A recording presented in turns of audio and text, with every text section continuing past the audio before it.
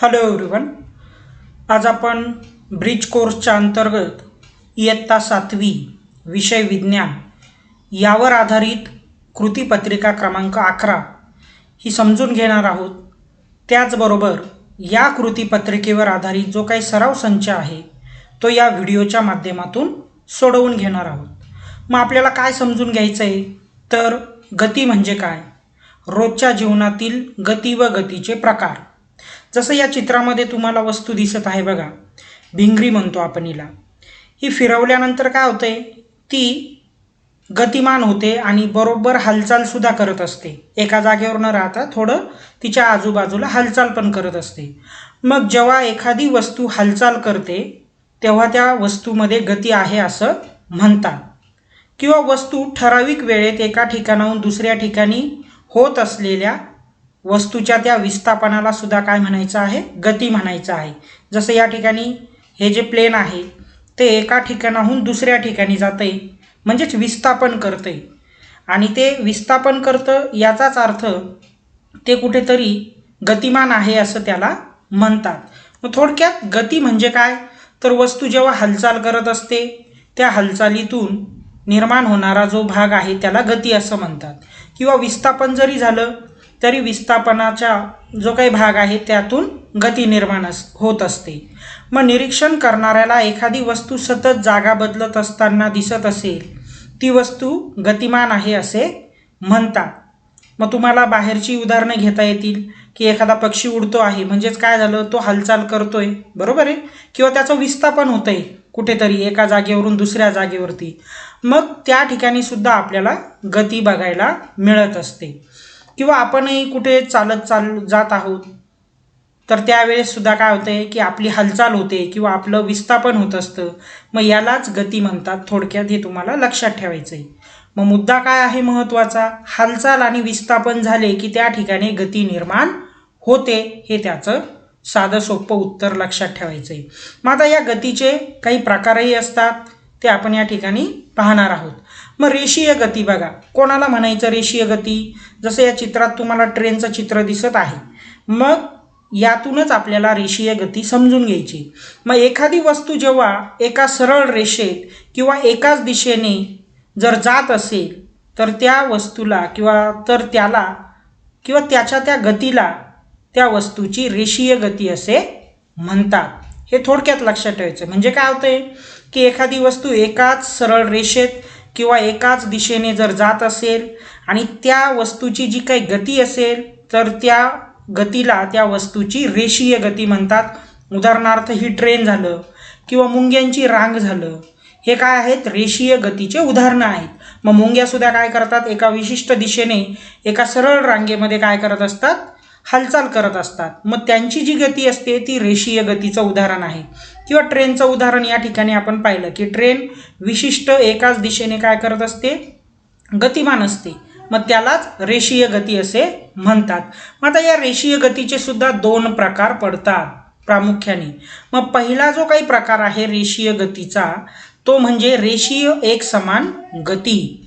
आता या रेषीय एकसमान गतीमध्ये काय होत असतं नेमकं तर एकक कालावधीमध्ये एका सरळ रेषेत जाणाऱ्या वस्तूने पार केलेले अंतर जेव्हा सारखेच किंवा एकसारख्या गतीने असतं त्याला रेषीय एकसमान गती म्हणतात. जसं तुम्हाला या ठिकाणी परेड दिसत आहे. मग या परेडमध्ये काय होतंय की एकक कालावधीमध्ये हे सर्व एका सरळ रेषेमध्ये गतिमान असतात आणि त्यांची जी गती आहे बघा, या ठिकाणी कोणाचाही पाय पुढे मागे तुम्हाला दिसणार नाही. म्हणजे या गतीमध्ये काय आहेत, एकसारखेपणा आहे. मग ज्या ठिकाणी गतीमध्ये एकसारखेपणा तुम्हाला बघायला मिळेल त्या गतीला आपल्याला रेषीय एकसमान गती म्हणायचं आहे. मग मुंग्यांचं पण उदाहरण यामध्ये तुम्ही लिहू शकतात, ते सुद्धा रेषीय एकसमान गतीचं उदाहरण आहे. त्यानंतर दुसरा जो रेषीय गतीचा प्रकार आहे तो म्हणजे रेषीय असमान गती.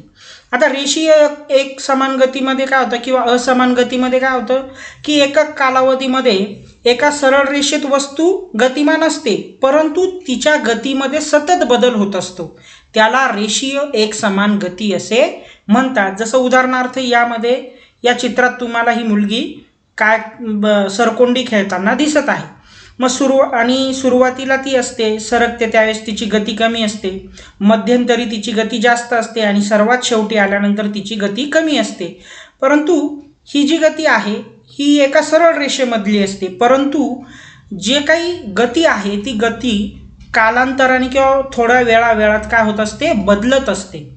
मग त्यालाच तुम्हाला रेषीय असमान गती म्हणायचं आहे. म्हणजे एका कालावधीमध्ये एका सरळ रेषेत वस्तू गतिमान असते, परंतु तिच्या गतीमध्ये सतत बदल होत असतो. याला रेषीय असमान गती असे म्हणतात. तर या प्रकारे आपण गती म्हणजे काय, त्यानंतर गतीचे प्रकार बघितले की रेषीय गती, त्यात रेषीय गतीचे प्रकार आपण पाहिले दोन, रेषीय एकसमान गती आणि रेषीय असमान गती. तर तुम्हाला हे थोडक्यात लक्षात ठेवायचं आहे की गती म्हणजे काय किंवा त्याचे प्रकार वगैरे. सो आता आपण या कृतीपत्रिकेवर आधारित जो काही सराव संच आहे तो या ठिकाणी सोडवायला सुरुवात करूया. मग प्रश्न पहिला बघा, हातामध्ये एक चेंडू घ्या व खुर्चीवर उभे राहून चेंडू खाली सोडा व यावरून चेंडूच्या गतीचा प्रकार ओळखा. तर या ठिकाणी बघा रेषीय एकसमान गती, रेषीय गती आहे, परंतु कोणती आहे ती, तर रेषीय असमान गती आहे. बरोबर आहे, कारण की रेषीय असमान गतीमध्ये काय होतं की वस्तू गतिमान असते, परंतु तिच्या गतीमध्ये ठराविक वेळेत काय होत असतो, बदल होत असतो. मग तुम्ही चेंडू जर उभे राहून सोडला तर सुरुवातीला चेंडूचा वेग थोडा कमी असतो, तो एक रेषीयमध्येच असतो. त्यानंतर मध्यंतरी थोडा वेग वाढतो आणि शेवटला तो वेग काय होतो, कमी होत असतो. म्हणजे वेगामध्ये बदल होत असतो सतत. मग याचं योग्य जे उत्तर आहे रेषीय असमान गती, हे त्याचं योग्य उत्तर आहे. आता प्रश्न क्रमांक 2 बघा, आपल्या रोजच्या जीवनातील रेषीय गतीची काही उदाहरणे सांगा. आता या ठिकाणी फक्त रेषीय गतीची उदाहरणं घ्यायची आपल्याला. मग ट्रेनचं रेषीय गती उदाहरण आहे, मुंग्यांची रांग रेषीय गतीचं उदाहरण आहे.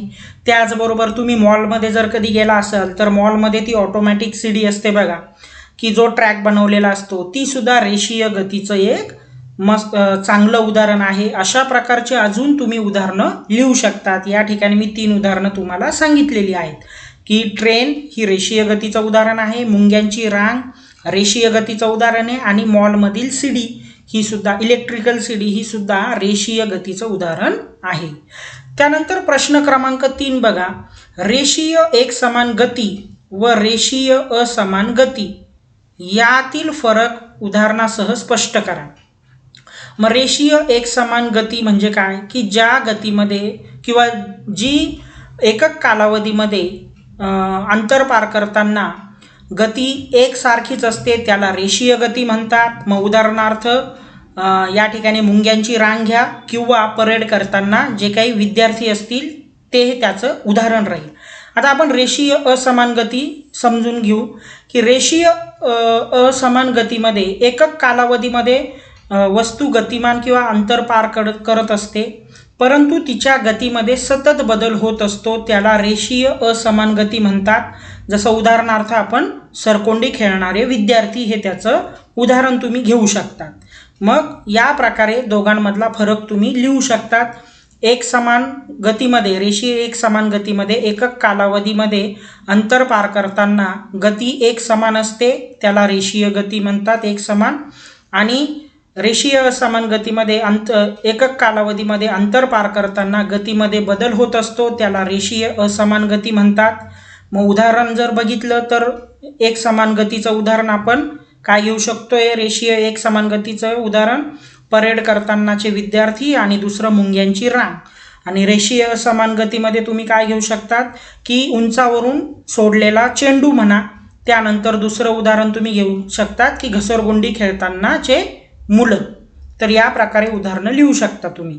त्यानंतर शेवटचा प्रश्न आहे बघा, तुमच्या निरीक्षणातील गतिमान वस्तूंची यादी करा. आता गतिमान वस्तू आपण बघितलं की कोणाला गतिमान म्हणायचं आहे किंवा गती म्हणजे काय, तर थोडक्यात हालचाल होत असेल किंवा विस्थापन होत असेल तर त्याला आपल्याला काय म्हणायचं आहे, गतिमान वस्तू म्हणायचं आहे.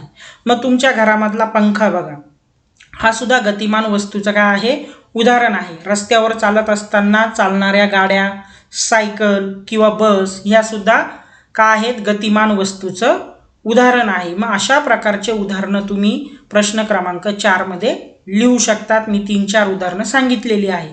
सो आय होप तुम्हाला हा सोडवलेला जो काही सराव संच आहे त्याची उत्तरं थोडक्यात समजली असतील. मग अशाच प्रकारचे नवनवीन व्हिडिओ पाहण्यासाठी या चॅनलला लाईक आणि सबस्क्राईब करा. Thank you very much.